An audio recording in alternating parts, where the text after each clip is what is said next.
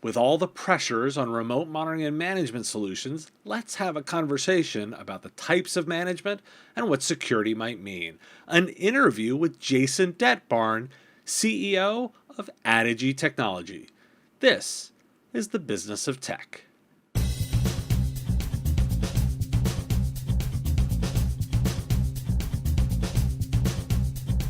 Obviously, talking to anybody who's in the RMM management space is interesting for me right now.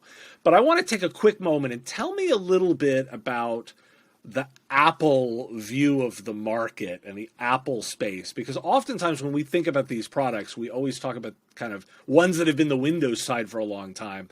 But there's other ecosystems. Tell me a little bit about what's going on on the Apple side of things. Yeah, I mean, the Apple device management business has been in BYOD, I think has been the way most people have absorbed it over the last few years. But in the last 2 or 3 years, it's blown up. Every organization, from every enterprise to SMB, has a good number of Macs. And typically, for our MSP partners, they're usually the check writers. They're the ones in the boardroom. And we need to make sure that they're being managed as best as possible. There's a lot of growth within the Apple space, especially with the latest Apple M1 systems that are out there. And my understanding is, and we're both engineers by background, so we can take a little bit of that tack to it. My understanding is the Apple approach is very different from the Windows approach in terms of the way devices are managed. That Apple is far more focused on what I would term configuration and policy management enforcement than what Windows does, which is more like automation control and execution. Is my perception right? And tell me a little bit more about that. You are spot on. So, like, this is the first interview where anybody's asked me that particular question itself. When we go back in time when Addigy started, the only way you could manage a Mac was you had to have an agent on the device and you had to manage it through that mechanism, which gave you a pretty open palette for how you want to do things. And for us, it was about configuring the device and delivering a service. But 2 years ago, Apple said, if you're going to have full control of this device, you need to have it enrolled in an MDM, i.e. mobile device management. Well, every MDM that was built at that time was designed for a phone, not for a computer, for the workhorse of an organization. So it's that culmination where every MDM you're going to look at is about configuring the device, and that's one leg of that stool. But it's about delivering the best experience for the end user, the best security, making sure the system is always in compliance. That's what we really focus on. Okay, and it's that architectural difference, which is it's more a choice, right? Because my thinking on this is particularly if I'm thinking about this from an Apple perspective, and by the way, I'm a Mac user myself, right? So if I think about it from the Mac OS was managed via an agent style approach. Apple, being Apple, put the sledgehammer down and said, no, you're going to switch this style and move to a configuration approach.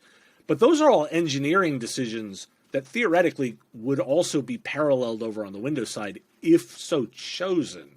Correct? Correct, but we're not focusing on the Windows at all. I mean, Yep. but that's something that you're seeing with Windows Autopilot with Intune, and being able to provide that automated out of the box provisioning, which is very similar in Apple's MDM style. So it's the same sort of piece that it's being brought over to the Windows side. The thing that's been lacking on the Apple side is identity. Remember, they still have that consumerized view that the end user logs in with their own credentials and they approve software to run or not run.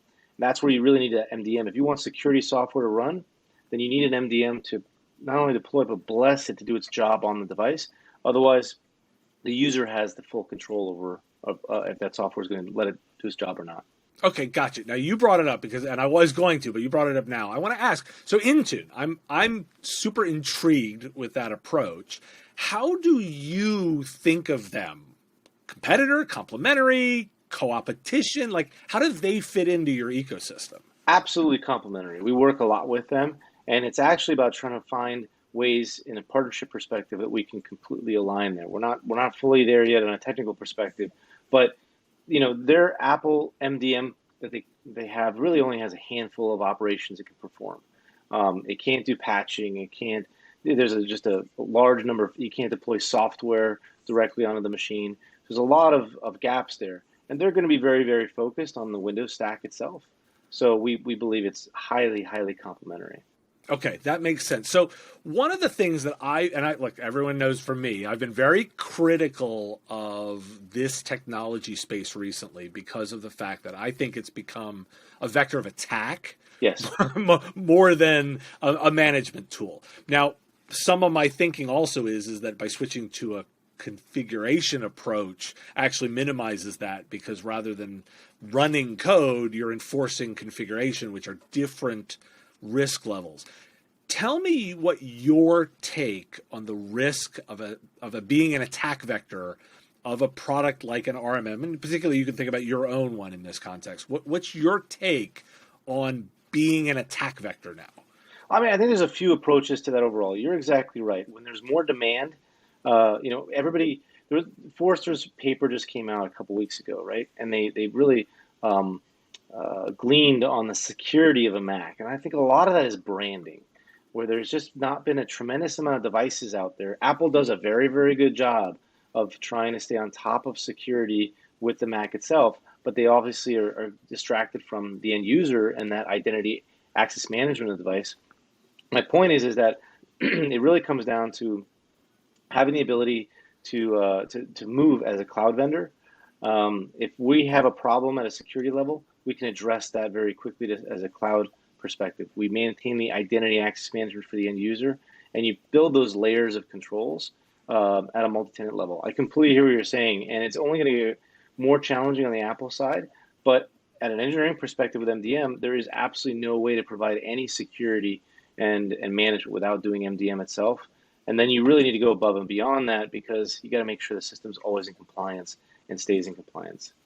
So my working theory is that a configuration-based approach to management, meaning enforcing a set of policies as a minimum versus kind of trying to protect the every endpoint, is the strategy we need to be moving to as management companies, because it's the only way to get to kind of zero trust where we're not an attack vector.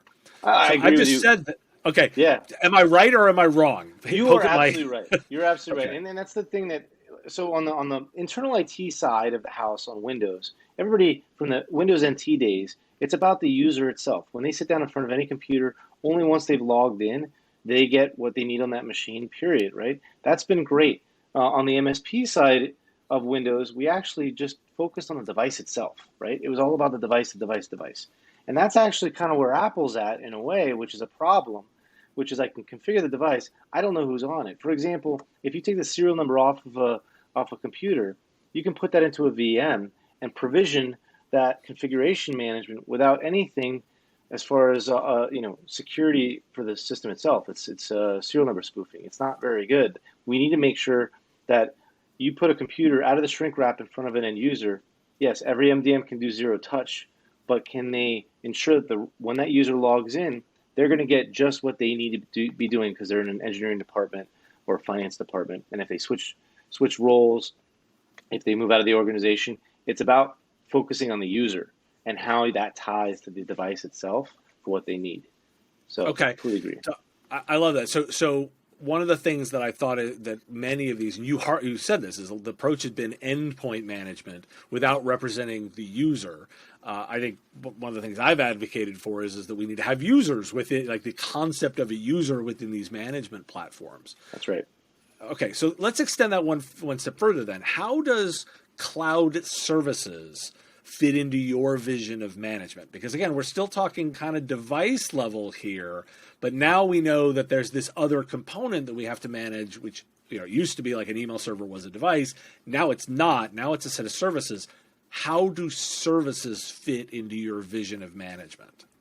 It's collective. So like we're a Google organization. Our IDP for anything we buy and use has to tie into Google with MFA.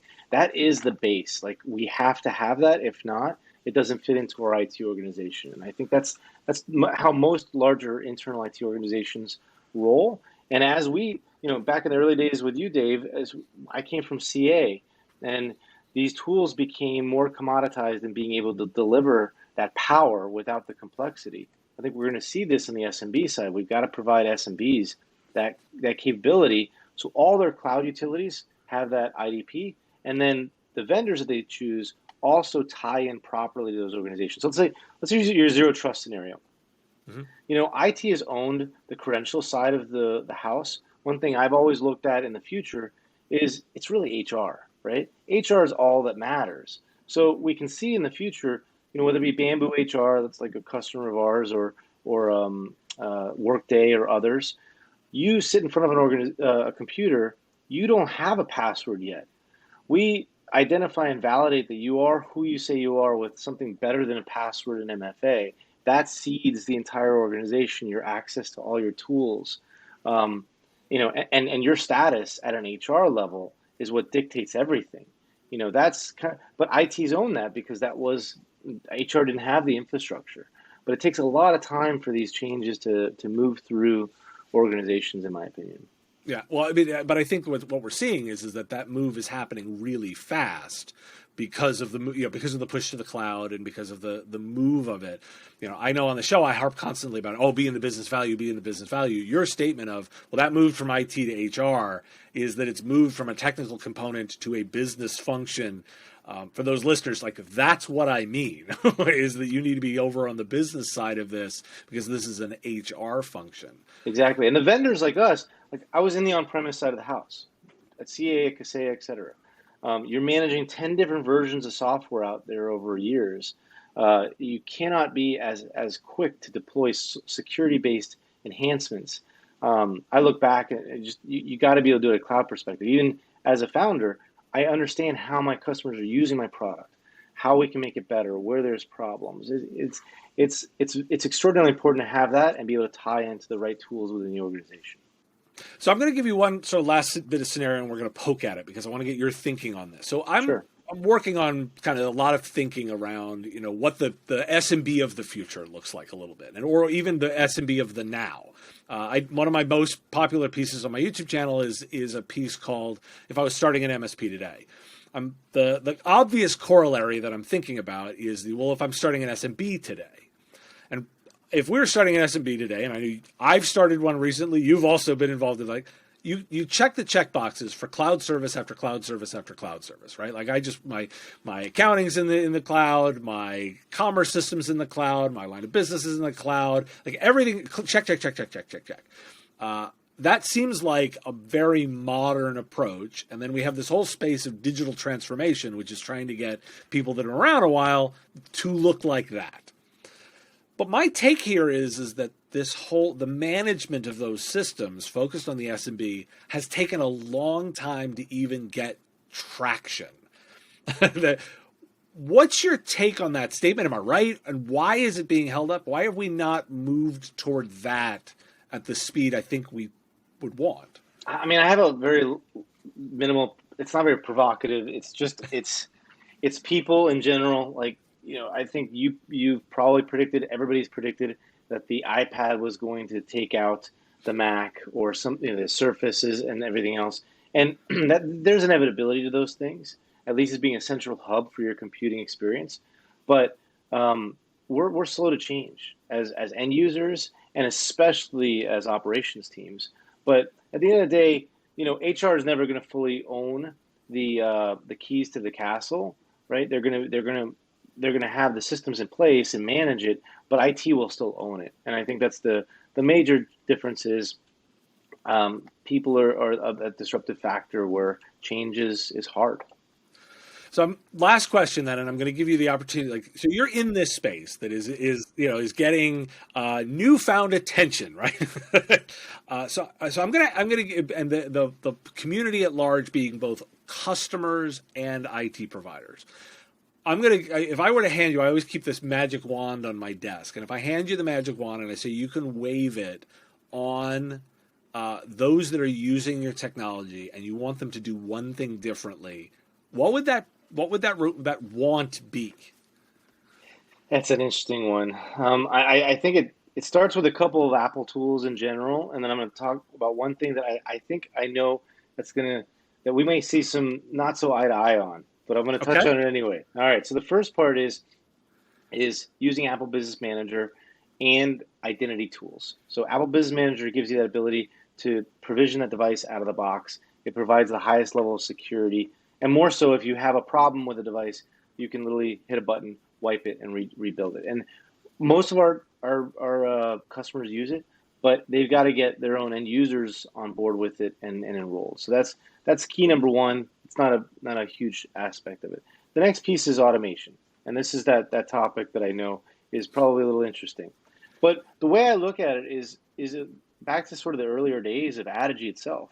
We took a DevOps approach of doing things, and administrators themselves, they want to get things fixed and get them done. But if we take that engineering approach that a lot of organizations do with DevOps, which is, with Netflix, they have a utility called Monkey that they run randomly to take down infrastructure. They got to be able to set that infrastructure back up turnkey.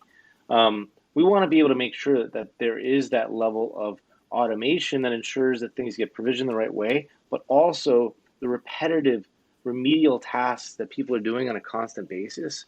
I think it's really important to look at automation not as a flip of a switch, because that's impossible, but as a culture of trying to drive more speed with which you do things. And it doesn't have to actually be completely solving the problem. A lot of times, we're the only monitoring remediation-based tool within the Apple space. And if we have a problem on a machine, maybe we can't fully fix it. But if I take a snapshot of the disk and take a look at the processes running, and that's logged in a ticket that I look at 4 or 6 a day later, I've got all this relevant information I can use. And maybe I can evolve my automation, and we can get certain aspects better for the end user's experience and for the scalability of the MSP. So I don't disagree with you, but I will tell you that would be a really hard wish to give to the genie.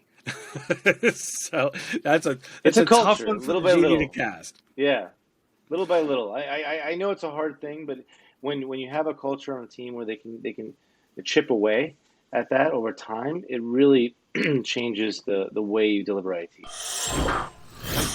Thanks for listening to this bonus episode of The Business of Tech. If you like it, hit the like button and hit that red subscribe button. It really does make a difference, and I appreciate you taking the time to listen to what I'm doing. You want to discuss more? Want to find out more about the interview?